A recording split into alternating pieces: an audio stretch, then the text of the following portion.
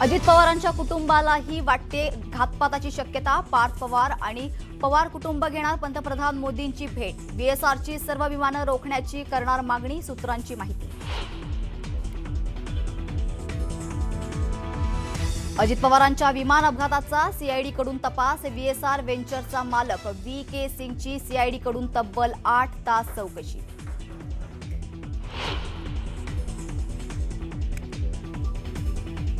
धर्मांतर विरोधी कायद्याला मंत्रिमंडळाची मंजुरी। कायद्यात 5 लाखांचा दंड आणि 7 वर्षांच्या शिक्षेची तरतूद। याच अधिवेशनात कायदा पारित होणार, नितेश राणेंची माहिती।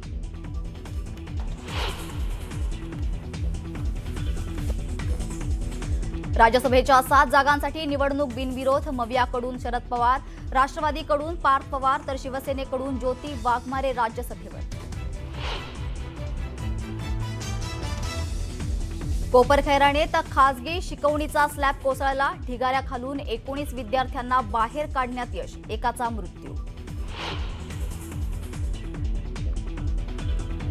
मुंबईचा ऐतिहासिक वारसा असलेल्या बेस्ट बस धूळखात उभ्या।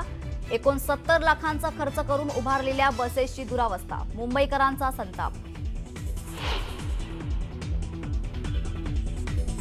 भारत सरकारकडून खामेनींच्या मृत्यूवर शोक व्यक्त। भारताच्या परराष्ट्र सचिवांची इराणी दूतावासाला भेट। भारताकडून इराणबाबत पहिल्यांदाच भूमिका जाहीर। आणि क्रिकेटर अर्जुन तेंडुलकर आणि सानिया चंडोक जोडी विवाहबद्ध।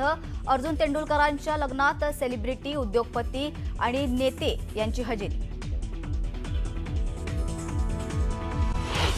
रोहित पवार यांच्याप्रमाणे अजित पवार कुटुंबियांना सुद्धा अजित पवार यांचा अपघात हा घातपात असण्याची शक्यता वाटते, अशी माहिती सूत्रांकडून येते। त्यामुळे अजित पवार अपघात प्रकरणामध्ये पार्थ पवार आणि कुटुंबीय पंतप्रधान नरेंद्र मोदींची भेट घेणार आहेत। विमान अपघात प्रकरणाबाबत सखोल चौकशी केली जावी आणि बीएसआरची सगळी विमानं ही जमिनीवरती आणली जावीत, ही कुटुंबियांची इच्छा असल्याची माहिती सध्या सूत्रांकडून येते।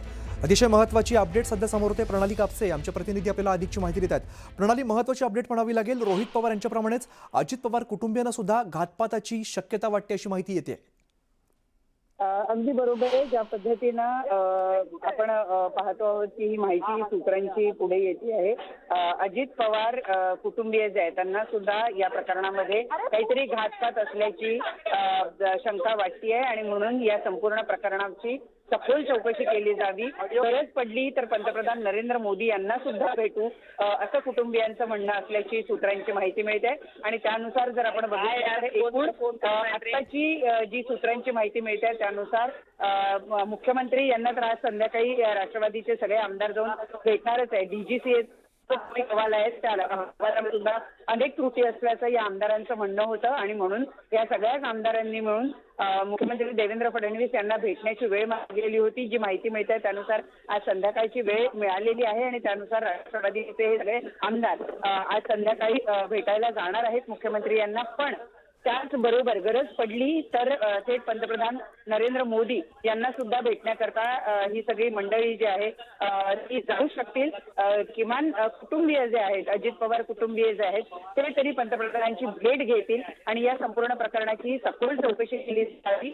नाहीतर बीएसआरचे एवढंच नाही तर बीएसआरचे केवळ 4 विमानं जी आहेत ती आत्ताच्या घडीला ग्राउंड करण्यात आलेली आहे। तर संपूर्ण विमानं, त्यांच्या या विमान कंपनीची जेवढी विमानं आहे ती सगळी ग्राउंड करण्यात यावी, अशी मागणी सुद्धा कुटुंबियांची असल्याचं सूत्रांनी सांगितलेलं आहे।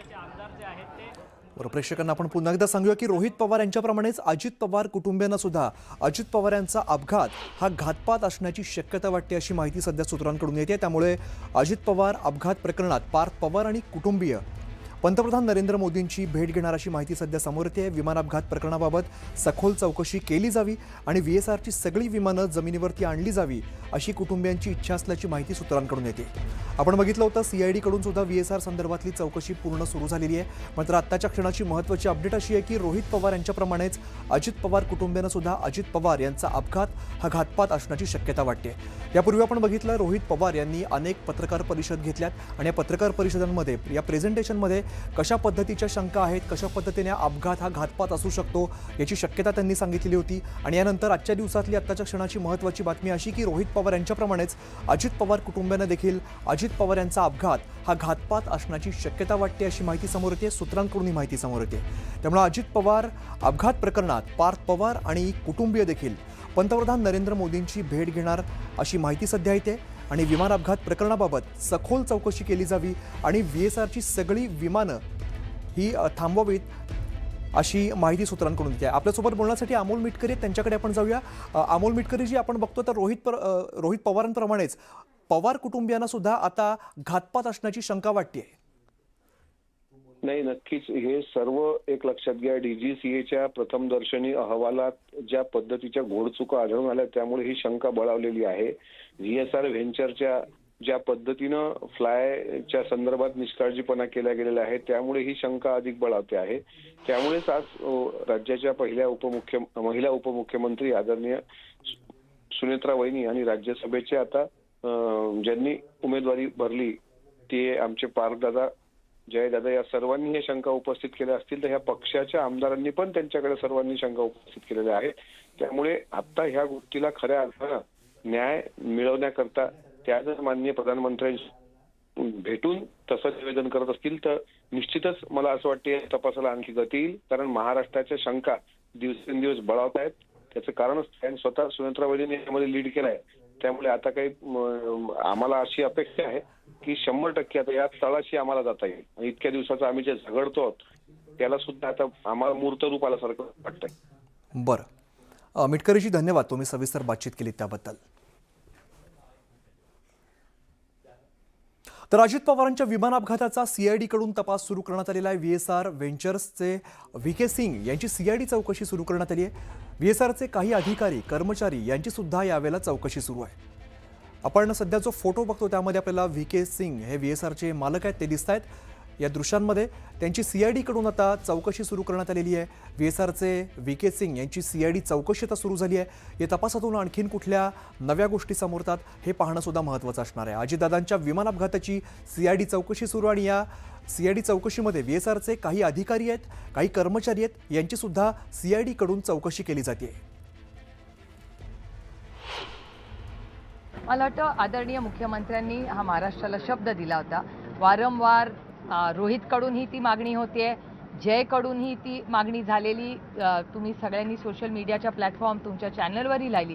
आणि महाराष्ट्रावर अजितदादावर प्रेम करणारी जी तमाम जनता आहे ती त्यांचे दादावर प्रेम करणारे जी लोक आहेत ती महाराष्ट्रातली सगळीच अस्वस्थ आहेत. आणि ती जी भावना आहे त्या म्हणजे तुम्ही जर सोशल मीडिया बघितला, लोकांना भेटला तर कुठेतरी अस्वस्थता आहे. आणि सगळ्यांची एवढीच मागणी आहे की एक पारदर्शक इन्क्वायरी व्हावी, ही मागणी आहे. CIDच्या तपासाला 1 महिना होऊन गेला आणि खूप आधी चौकशीसाठी त्यांना बोलवायला पाहिजे होतं असं विधान योगेंद्र पवारांनी केलंय. महिना होऊन गेला. CIDने खूप आधी त्यांना बोलवायला पाहिजे होतं. पण आता जे पुरावे आमच्या समोर येत आहेत ते आम्हीच सगळे कुटुंबातले सोशल मीडियाच्या माध्यमातून तुमच्या सगळ्यांच्या समोर आम्ही ते पुरावे आणण्याचा प्रयत्न करतोय आणि त्याला यश आम्हाला मिळतंय असं आम्ही समजतोय. पण ही चौकशी खूप आधी व्हायला पाहिजे होती. आज पण आमची मागणी आहे की VSRचे फक्त लेअर जेट 4 नाही पण सगळे जे त्यांचे विमानं आहेत ते ग्राउंडेड झाले पाहिजेत. त्यांच्या कंपनीच्या मालकावर आणि सगळे जे कंपनीतले संचालक आहेत त्यांच्या सगळ्यांवर कडक कारवाई झाली पाहिजे.